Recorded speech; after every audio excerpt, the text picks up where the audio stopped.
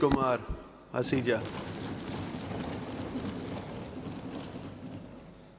Speaker साहब, मेरी speech पहली अपनी स्पीच शुरू करने से पहले मैं एक 30 सेकंड लूँगा। रिसेंटली कुछ वाक़यात हुए मॉब लिंचिंग के, गैर मुस्लिम जो पाकिस्तानी हैं उनके ख़िलाफ़।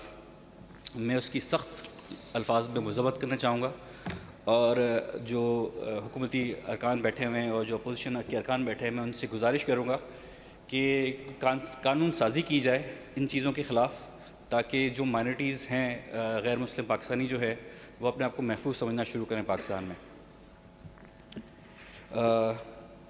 मैं अपनी स्पीच शुरू करूँगा माइनॉरिटी अफेयर डिपार्टमेंट से। माइनॉरिटी अफेयर डिपार्टमेंट में जो इस वक्त बजट रखा गया है वो रखा गया है 1.9 बिलियन का, और इस डिपार्टमेंट की जो एक्सपेंडिचर की अमाउंट रखी गई है वो है 1.7 बिलियन। मेरे हिसाब से ये एफिशिएंसी नहीं है कि आपको 2 अरब खर्च करने के लिए 1.5 अरब रनिंग कॉस्ट लग रही है। और ये बजट लास्ट ईयर ज़्यादा था, 2.572 बिलियन था, जो कि 0.11 बनता है। इस साल कम कर दिया गया।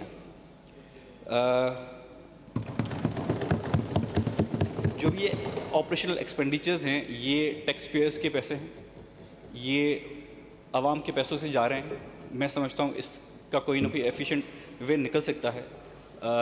या तो आप इस मिनिस्ट्री को किसी और मिनिस्ट्री में डिज़ोल्व कर लें या मर्ज कर लें, या तो जो सीएम साहब का जो रेवेन्यू एक्सपेंडिचर है 42 बिलियन का, उसका 10% दे दें, क्योंकि आबादी के हिसाब से अगर हम 10% मांगेंगे तो वो कुछ ज़्यादा ही हो जाएगा। कुछ सजेशन भी हैं इस बजट के हवाले से। इस बजट में जो financial assistance, medical assistance, marriage assistance के लिए पैसे रखे जाते हैं, मैं ये चाहूँगा कि ये तो ठीक है, काफ़ी गरीब लोग हैं जिनके लिए ये भी बहुत हैं, हेल्प हो जाती है उनकी, लेकिन मैं चाहूँगा कि कुछ ऐसे इनिशिएटिव्स भी लिए जाएं जो जैसे स्कॉलरशिप फंड्स हों, जो माइनॉरिटी के जो नॉन मुस्लिम जो स्टूडेंट्स हैं, डिज़र्विंग स्टूडेंट्स हैं मेरिट पे, उनको वो फंड्स दिए जाएं स्कॉलरशिप के, ताकि वो भी इस मुल्क के लिए कुछ कर सकें वापस। अखुवत फाउंडेशन जैसी इदारे हैं यहाँ पे जो कि आपको फंड्स देते हैं, इंटरेस्ट फ्री लोन देते हैं। आप उनको भी उनके साथ पार्टनरशिप्स कर सकते हैं ताकि वो माइनॉरिटी का कोई कोटा उसमें रख लें और उस कोटा में वो उनको फंड्स दें ताकि वो अपने बिज़नेस में लगा सकें और इस मुल्क की भी खिदमत कर सकें। वोकेशनल ट्रेनिंग्स बन सकते हैं, वहाँ पे उनकी ट्रेनिंग्स हो सकती हैं। बहुत सारे स्किल्ड जो लोग हैं उनके लिए वर्कशॉप्स हो सकती हैं। ये मैं रिक्वेस्ट करूँगा कि ये बजट में अगर इंक्लूड हो सकें तो ये प्लीज़ इंक्लूड किए जाएँ। कुछ इरेगुलरिटीज़ और इनकॉम्पिटेंस मुझे नज़र आई है जो स्कीम्स गुजर चुकी हैं जो इस साल हैं। मैं कुछ स्कीम्स का जिक्र करना चाहूँगा। 2014 में एक स्कीम थी, शुरू हुई थी, जिसमें वर्शिप जो प्लेसेस हैं उनमें सीसीटीवी इंस्टॉलेशन के लिए बजट रखा गया था। उनमें 530 टेम्पल्स और चर्चेस और हर किस्म की जो वर्शिप प्लेसेस थी, उसमें से 253 जो वर्शिप प्लेसेस हैं उसमें सीसीटीवी इंस्टॉल्स हो चुके हैं। ये 2014 से 10 साल लग गए हैं इसको, और ये कंप्लीशन इसकी बनती है 47.7%। 50% भी ये 10 साल में पूरा नहीं हो सका।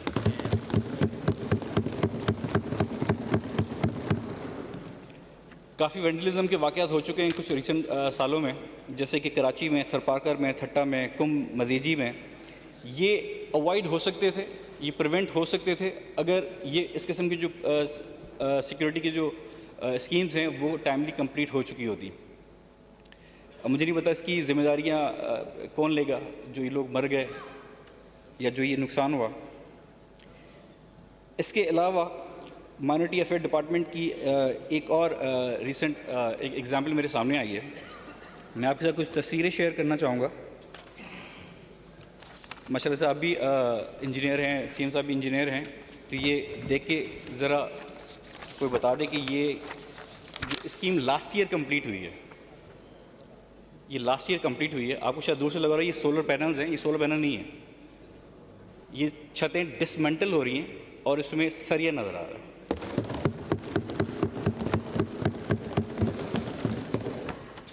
ये डिसमेंटल भी बात अभी हो रही है इस वक्त।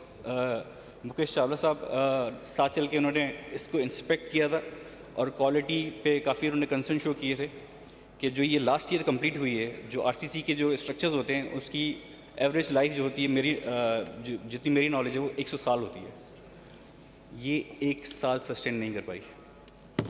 और ये स्कीम है कराची में एक ही शमशान घाट है माइनॉरिटीज़ के लिए, जिसमें हिंदू कम्युनिटी के लिए, जिसमें ये चीज़ हुई है।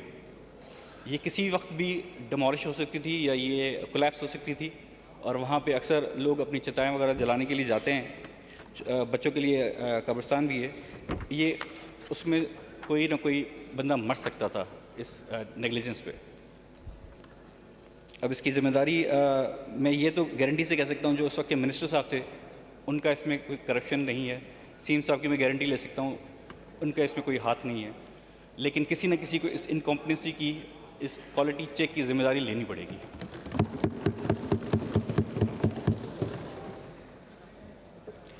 दूसरा केस उसी शमशान घाट के लिए, इसमें 54 CCTVs इंस्टॉल किए गए हैं, कैमरास 54 एक शमशान घाट में। लेकिन जो ट्विस्ट है इस कहानी में वो ये है कि वहाँ न बिजली है न इंटरनेट है। तो 54 के 54 CCTV कैमरास नॉन फंक्शनल है। तो आपने ऊपर 253 वर्शिप प्लेसेस में लगा तो दिए CCTV, पर वहाँ कहीं बिजली है या नहीं है ये कौन चेक करेगा? ये पैसे ज़ाया हो रहे हैं। यही फंड्स अगर एफिशिएंसी के साथ इफ़ेक्टिवली हम लगाएंगे तो ज़्यादा से ज़्यादा लोगों का भला हो सकेगा। एक दूसरी चीज़ मुझे नज़र आई, 5 करोड़ की एलोकेशन की गई है पाकिस्तान हिंदू काउंसिल के लिए। Pakistan Hindu council is led by a PP member जो बड़े नोटोरियस माने जाते हैं, और उनकी काफ़ी लोग डिफरेंट पार्टीज़ के लोग इस बात की गारंटी इस लेटर के थ्रू दे चुके हैं। ये लेटर 2009 में लिखा गया था, उस वक्त CM साहब थे कायम अली शाह साहब। इस पे मोस्टली पीपल्स पार्टी के MPs MNAs के सिग्नेचर्स हैं। उसके अलावा जो दूसरी पार्टीज़ थी उनके सिग्नेचर भी हैं, उनके जो अक़लियती नुमाइंदे थे उनके सिग्नेचर्स भी हैं। और इन्होंने इस लेटर में कंसर्न शो किया था कि जो इनकी जो NGO चल रही है उसका ऑडिट नहीं हुआ आज तक। जो वो फंड्स ले रहे हैं, इंटरनेशनल फंडिंग भी होती है इनको, वो फंडिंग कहाँ जा रही है, कौन यूज़ कर रहा है उसको। आप अगर उन MNA साहब के अपने एसेट्स भी अगर चेक कर लेंगे तो 10-15 साल पहले वो एक गरीब आदमी थे, छोटे से घर में रहते थे, 3 या 4 भाई हैं वो आपस में। आज वो अरबपति हैं। आज उनके फार्म हाउसेस भी हैं, उनके बड़े बड़े बंगले भी हैं, रेंज रोवर्स भी हैं। तो ये आउट ऑफ कंट्री भी घूमते फिरते रहते हैं। तो ये कौन चेक करेगा कि ये पैसे गवर्नमेंट के पैसे, हमारे टैक्स के पैसे, ये जो एलोकेशन हो रही है, मुझे NGO से मसला नहीं है, कैरेक्टर से मसला है कि अगर कोई उसको चेक करने वाला है कि हम गवर्नमेंट के पैसे उसको दे रहे हैं। सिर्फ यही नहीं, 5 करोड़ ही नहीं, एक दो NGOs और भी हैं उनकी, उसमें 2 अरब से ज़्यादा वो ले चुके हैं गवर्नमेंट से, 2 अरब से ज़्यादा। जितना बजट पूरी माइनॉरिटी डिपार्टमेंट का है वो एक बंदे को नवाजा जा रहा है। क्यों? कोई मेरिट है उसकी, ऑडिट करवा लें। 11 साल से उन्होंने NGO में इलेक्शन नहीं करवाया, कोई पूछने वाला नहीं है। पता नहीं क्या इसकी लॉजिक है और क्या कौन नवाज रहा है उनको। उसके बाद मैं आऊँगा, एक बहुत ही निगलेक्टेड डिपार्टमेंट है हमारा IT का। इत्तेफाक से जो पीपल्स पार्टी का मंशूर है वो पढ़ने का मुझे इत्तेफाक हुआ और मुझे बड़ी खुशी हुई। बहुत अच्छी अच्छी उसमें बातें लिखी हुई हैं, नई सोच की जो बात है। मैं काफ़ी चीज़ें जो मैंने पढ़ी हैं मैं उनसे एग्री करता हूँ। इसमें जो सबसे चीज़ मुझे अच्छी लगी, क्योंकि मेरा ताल्लुक़ रहा है आईटी से और मीडिया इंडस्ट्री से 20 साल से, तो मुझे थोड़ी सी खुशी हुई कि जो चेयरमैन बिलावल साहब हैं उन्होंने इस बात को हाईलाइट किया है अपने मंशूर में। लेकिन जब मैंने बजट देखा, जो उसकी टॉप प्रायोरिटी आपने टॉप 10 प्रायोरिटी रखी हुई है मिनिस्ट्रीज़ की, उसमें आईटी है ही नहीं।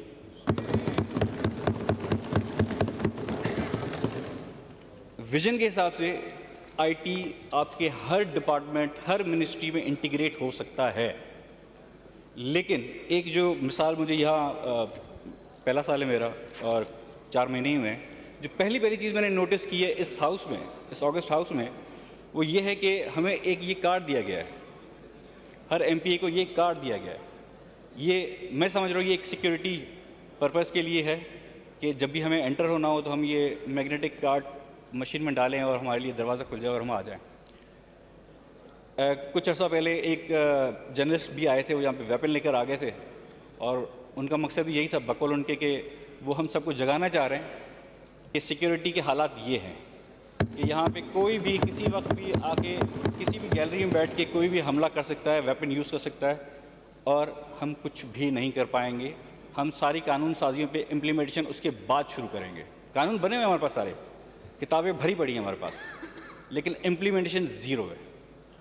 तो ये एक मैं आपसे रिक्वेस्ट करना चाहूँगा स्पीकर साहब कि जो 2014 में ये सारे गेट्स इंस्टॉल हुए हैं, आज तक फंक्शनल नहीं हो पाए। आज भी हम गवर्नमेंट स्कूल्स की तरह वहाँ जाके अटेंडेंस लगाते हैं। आज आप किसी भी बेसिक प्राइवेट कंपनी में चले जाएं, वहाँ पे एम्प्लॉयज़ के फिंगरप्रिंट पे अटेंडेंस होती है। एक घंटा वो जो उस ऑफिस में गुजारते हैं उसकी ऑडिट हो सकती है, तो हमारी क्यों नहीं होती? हमारी क्यों नहीं हो सकती? रोक कौन रहा है हमें? कानून तो हम ही बनाने, तो इम्प्लीमेंटेशन करने के लिए हमें कौन रोक रहा है? अगर हम फिंगरप्रिंटिंग कर लेंगे, एक सिक्योरिटी फीचर है, कोई अगर अंदर नहीं आ सकेगा। कौन सा एमपी अपने हलके की नुमाइंदगी कितने घंटे करता है पूरे साल में, उनकी आवाम को जानने का ये हक है। ये एक बेसिक टेक्नोलॉजी की मैं बात कर रहा हूँ जिसको इंटीग्रेट भी हम कर चुके हैं, पैसे लगा चुके हैं, ज़ाया कर चुके हैं, यूज़ क्यों नहीं कर रहे हैं? कौन रोक रहा है हमें? और ये हमारी अपनी सेफ्टी के लिए है। मैंने किसी से पूछा था मसला क्या है, वो एमपी साहब भूल जाते हैं कार्ड, तो उनको कौन रोके दरवाजे पे? आप जब इम्प्लीमेंट करेंगे, एक दिन मैं भूल जाऊंगा, अंदर नहीं आ पाऊंगा, मैं दूसरे दिन खुद ये अपनी जेब में रख के आऊंगा, मजबूर हो जाऊंगा लेके आने के लिए। तो कानून बनाना बहुत आसान है, इम्प्लीमेंटेशन जो गवर्नमेंट की जिम्मेदारी है वो करना असली काम है। अगर हम इस ऑगस्ट हाउस में एक बेसिक टेक्नोलॉजी की इम्प्लीमेंटेशन नहीं कर सकते, तो जो भी हम कानून बना रहे हैं उसकी इम्प्लीमेंटेशन हम आवाम के लिए क्या करेंगे? आवाम क्या उम्मीद रखेगी हमसे? तो मैं ये स्पीकर साहब आपसे रिक्वेस्ट करूँगा, इस चीज़ को जल्द से जल्द अगर आप इम्प्लीमेंट करवा सकें इस ऑगस्ट हाउस में, ताकि जो हमारे हलकों के लोग बैठे हुए, आवाम बैठी है, कम्युनिटीज़ को जो हम रिप्रेजेंट कर रहे हैं, वो इस चीज़ को देख के कम से कम सुख का सांस ले कि कहीं कोई सीरियसनेस आई है। कम से कम वो अपने घर से ही ये चीज़ें इम्प्लीमेंट करने की नीयत तो कर रहे हैं कम से कम, बाद में सड़कों पे भी आ जाएंगे ये कानून। अच्छा, आईटी का जो बजट रखा गया इस दफ़ा, वो रखा गया 1.490 बिलियन, 1.5 अरब रुपए मुश्किल से। मेरे हिसाब से ये बहुत ही कम है। लास्ट ईयर ये था 1.9, इस साल कम कर दिया गया। ज़रूरत शायद फील नहीं हो रही थी कि टेक्नोलॉजी यूज़ तो कर ही नहीं रहे हम, क्या फ़ायदा इस चीज़ को रखने का। ये साहब वाइंड अप कर लें, 14 मिनट्स हो गए हैं आपको, 14 मिनट्स हो गए। ठीक, ये जो एलोकेशन शो कर रही है, ये आपके अपने मैनिफेस्टो के ख़िलाफ़ जा रही है ये चीज़, तो प्लीज़ इस चीज़ को ज़रा देख लें।